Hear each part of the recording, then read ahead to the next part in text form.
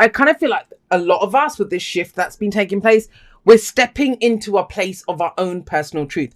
Now, we always say, trust yourself, trust your own intuition, you know, our feelings, our emotions, they're our divine guidance system. I don't feel like it's ever been more true than it is now. More true than it is now. If you're still waiting on anything external, because that's in the past, right? Pentacles is the physical reality.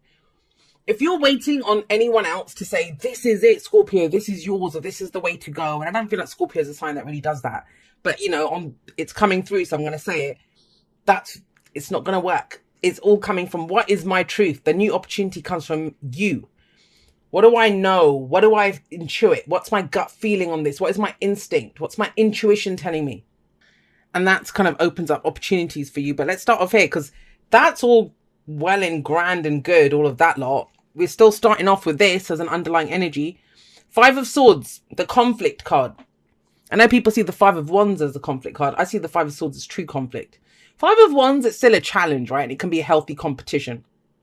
This is a little bit nastier than that. Now, this can be where we're being called selfish.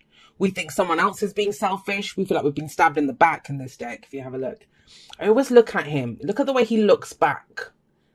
And I always wonder, what is he thinking as he looks back? Is he thinking, oh no, I feel so bad that I had to stab her in the back to get what I wanted. I've got what I wanted, but I still regret that I had to stab her in the back.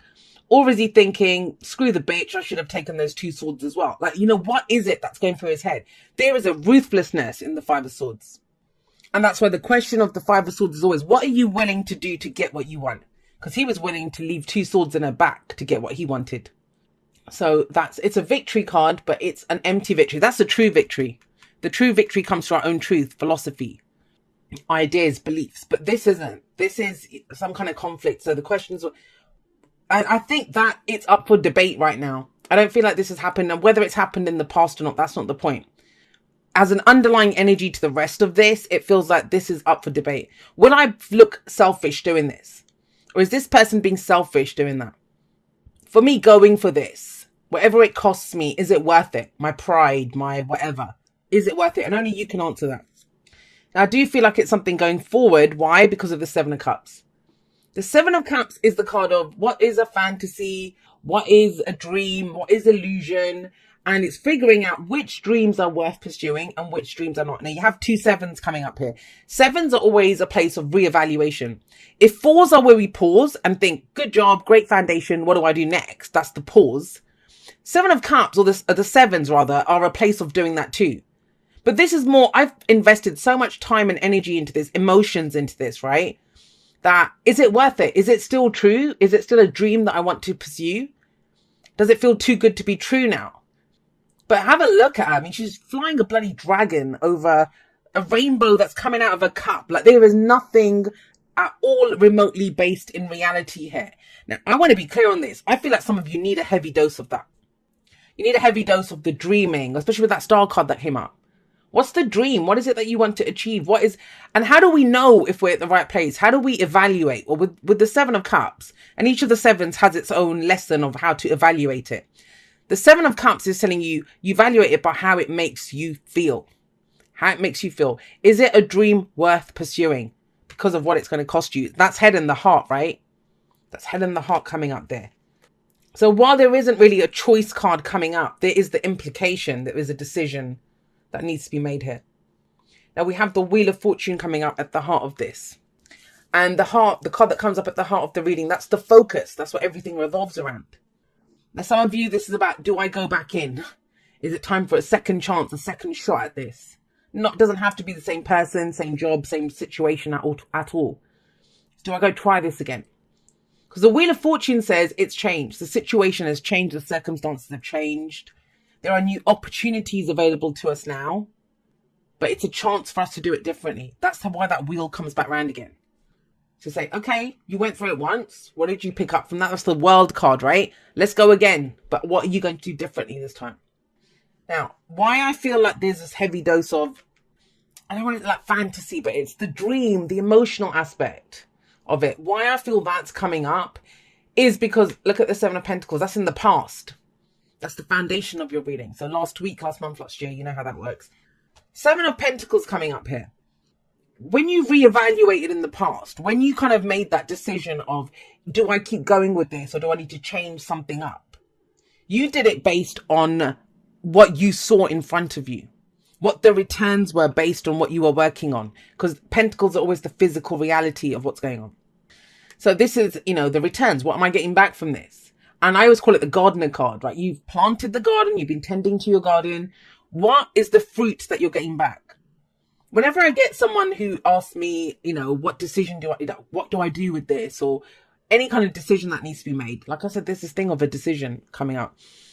This card always says, well, you have enough information right in front of you to make that decision. Some of you might have already done that. Some of you might not have. The writing might have been on the wall here, but you've not acted on it. But you've seen it. Whether it was enough for you, whether it wasn't enough for you. But there is this kind of sense of changing things up, shifting things up, pulling out some new moves. But wondering, is it worth it? Because maybe you didn't get back what you wanted before. Or, even worse. And I say worse because that makes it harder, is if you did get back what you wanted, but you still want something more, that's fine. Our dreams can change. The wheel changes. The path changes. Our needs change. Our dreams change. But it kind of feels like either someone will say, Scorpio, you're being selfish. Or they've changed because someone else is being like that. Someone's coming at you with this Five of Swords energy. And it's like, screw this for a laugh. I want something that's more emotionally fulfilling. Now look at your feelings. Look at what's coming up in the present. You have the High Priestess and the Queen of Cups. This is very much about your feelings, right? But your feelings are based on something that you know. I think it's something, it's not based in this. It's not, if someone asks you to explain, Scorpio, what you know right now, what your intuition is telling you, what that gut feeling is, I don't think you could. I don't think you could. You couldn't show them something, or you couldn't base it on anything physical. You just know. And that's good enough. That is good enough. The High Priestess is the keeper of all secrets, the keeper of all knowledge, and yet she's kind of passive. So there is this kind of sense of getting all the information together that you need, but it's all internal. It's all internal, Scorpio. And I'm not doing the whole cliche thing, oh my God, it's Scorpio and they're so complicated and mysterious and deep. You are, but that's not the point here. I'm going by the cards in this. The only physical card when we're physically building something is in the past. And something has changed around that. New opportunity, new chance coming in. And it's not a cagey feeling, but it's that kind of thing of, well, do I really want this? And it may be that you have to do something that other people wouldn't approve of. I don't know if that matters to you. It wouldn't matter to me, but if they would approve of it or not. So with the High Priestess coming up here, she's saying, trust what you know, trust your gut feeling, trust your intuition on this. And I talked about this on Instagram a couple of days ago, where I think it was the GPS card from the Oracle of E, which talks about our intuition. And I get asked that a lot. What's the difference between fear and intuition? Because we have a lot of voices inside of us, right, that speak up. Intuition will always move you forward. Always. It's always you might not like what it says to you. You may know that, look, I have to leave this job or this thing, or I'm going to go for this. It's going to be a bit difficult, but it always moves you forward. Whereas fear is always going to say, you can't do that. You can't do this. It will always try to put you down to keep you safe, try to trap you. Intuition doesn't do that. That's your gut feeling. It's like, I know. But I feel like it feels too kind of fantastical. Like it's too much of a fantasy. It doesn't feel real enough for you to base this on. But in some way, you have the answer from this.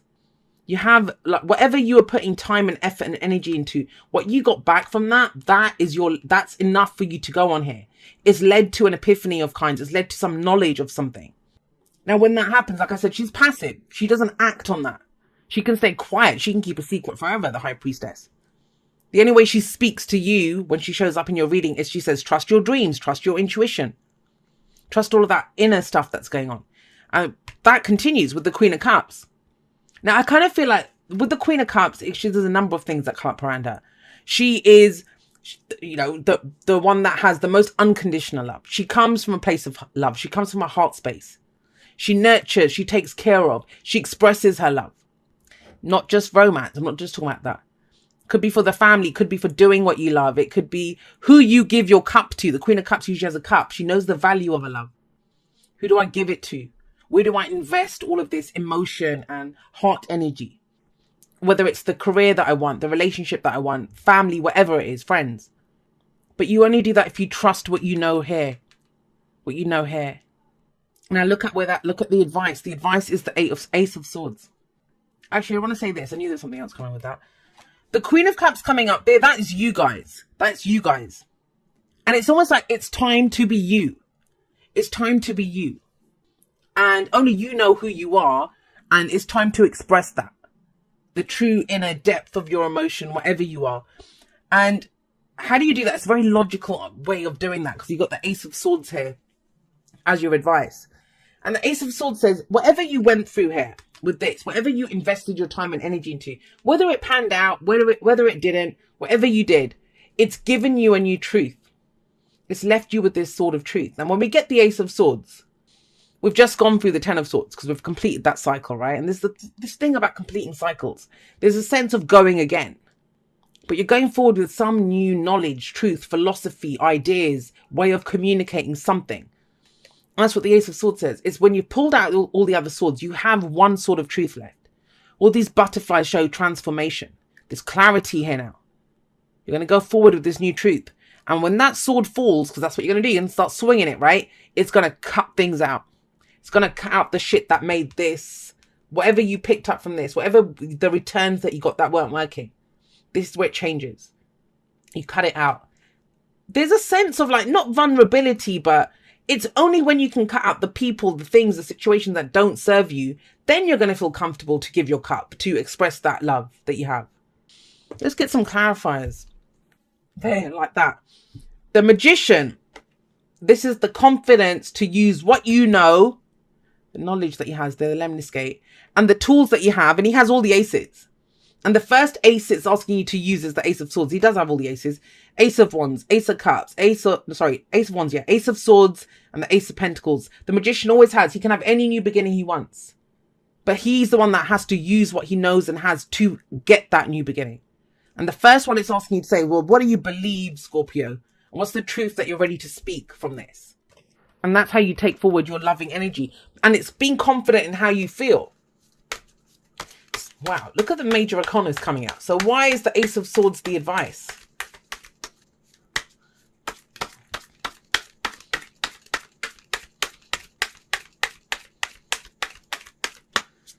Follow the dream. This feels like a week where you're getting clear on what the dream is. Maybe you've been trying to talk yourself out of it. Maybe you've not figured out what it is. Maybe you've been saying, well, the time's not right to do this just yet. I want to say something else. When these two come up, that is some tricky energy. She naturally will keep stuff hidden.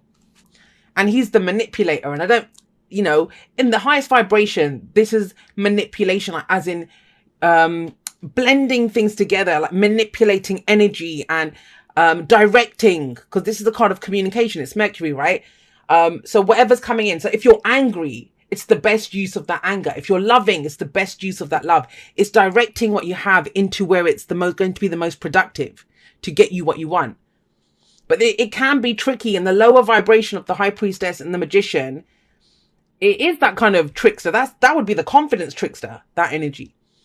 But I'm not really getting that here. It's like using what you have to follow your dream, to go forward with your own truth, to speak your truth clearly. And, you have the Seven of Cups here, look at him. He bloody does not even have, he's not even remotely in touch with what is reality. I always say this about him when he shows up. And I love this Knight of Cups. I think it's my favorite Knight of Cups. He is riding a bloody unicorn with a bloody light on its horn over a rainbow. Like, this guy doesn't know what reality is. But there's a kind of logic behind it. Ace of Swords. It's your truth. It doesn't matter if anyone else gets it.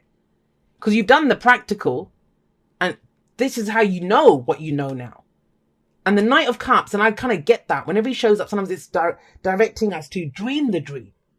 He's the delusional romantic. He's the one that, he's called all sorts of things. That he doesn't have any kind of basis in reality. It doesn't matter. Everything begins with a dream. Everything begins with what we love. And then we express it through the Queen of Cups. And I'm saying love. I don't mean romance. We can love a lot of things. I love what I do. Then you can have what you want. That's when you can start creating. That's when the magic starts to happen with the Magician. But it feels like you're pulling all the pieces together now. And, it's important to know what the dream will be, what it is that you want to go for, right? Consider your foundation. You are being asked to look at how committed you are to love, to what you love, to how you love, whatever it is that you love. Because if we know how committed we are to it, then we're going to go forward. But I just keep getting that with this, that you have the answers. You know something. You know which direction not to go in. You have some information there on what, whatever you do, what you get back for it. So what do you need to change up to go get what you love? To be the, have the relationship, the job, the career, to come from a place of love, of enjoyment, to express from your heart space. Sometimes with that Five of Swords, it can almost be like, I can't say anything because it turns into a fight. Like I've had so many people say that with the Five of Swords. And then that's about this is very much looking at your environment, that if you don't feel safe enough to express what you love, how you love, to pursue what you love, there's something wrong with that environment, right? It's about getting to a place where you feel confident enough to express what it is. Yeah, this is being comfortable in your own skin. That's the Queen of Cups, because that is you guys. So no place like home is, being comfortable in your own skin, knowing that you will always keep yourself safe. That's what the no place like home card is. And what happens with this? What is home? Home is where we're safe, where we're secure. We can be exactly who we are. We can be exactly who we are. We don't have to put on airs and graces. We don't have to do anything. We just are. Now, it says we can do that within ourselves. How? By being authentically who you are. By expressing authentically all the time. And it's not easy, trust me, because I do that. I live my life like that. Authentic. And people don't like it. They don't like it. Unless you're, there's this thing of polite people are nice. Or if you do whatever, it's more important to be polite than it is to be real. I don't agree with that. And that's no place at home. It's like you're only truly safe and secure in who you are when you can express truly who you are. Say the things that you feel. Say what you love. Go for the things that you love. And if people don't like it or they think you're being selfish, that's their problem. I talk about this in the outro a little bit, so be sure to hang around for that. But it is about expressing authentically. That's the only freedom that counts. That's the only freedom that counts. If we're going to, I said it today actually in a post. I said, where does true creativity come from when we're trying to create something? True creativity, it comes from our inspiration and our intuition. It does not come from your audience. If a writer is only focused on what the readers are going to think, they're not going to come up with the true story of what they really want to say. Imagine an actor on a stage, only be like one eye on the audience. What are they doing? He's not going to play the role that he's up there, that he's supposed to be playing. He's going to have one eye on everyone else. Same with readings. If I only did what people wanted, and trust me, people send me requests all the time. Do this, do that. Then I'd stop being the reader that everyone thinks I am. I'd become something else. And that's not true creation. That's not truly expressing what is within you. So it's the confidence to use what you know and what you have. Doesn't matter what the response will be. But we must feel secure within ourselves, comfortable in our own skins to be able to do that. And consider your foundation. You've got a strong foundation. All right. Dear you, there is only one you, and you have a unique place in the universe. Sometimes situations come up that challenge you to be authentic. And that means you have to be fully yourself and let go of being what you think others may want. Now is not the time to conform to other people's standards or expectations. Be proud of who you are and be courageous. Stand tall in your convictions, and the Ace of Swords are your convictions.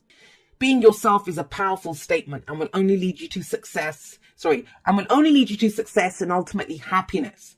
Don't compare yourself to other people. Want what you have, choose what your heart wants, and know that your purpose is yours alone. No one else can claim your magic nor take it away. When you place authenticity and originality high on your list of priorities and give them a prominent place in your awareness, extraordinary things happen. Your life is a beautiful one.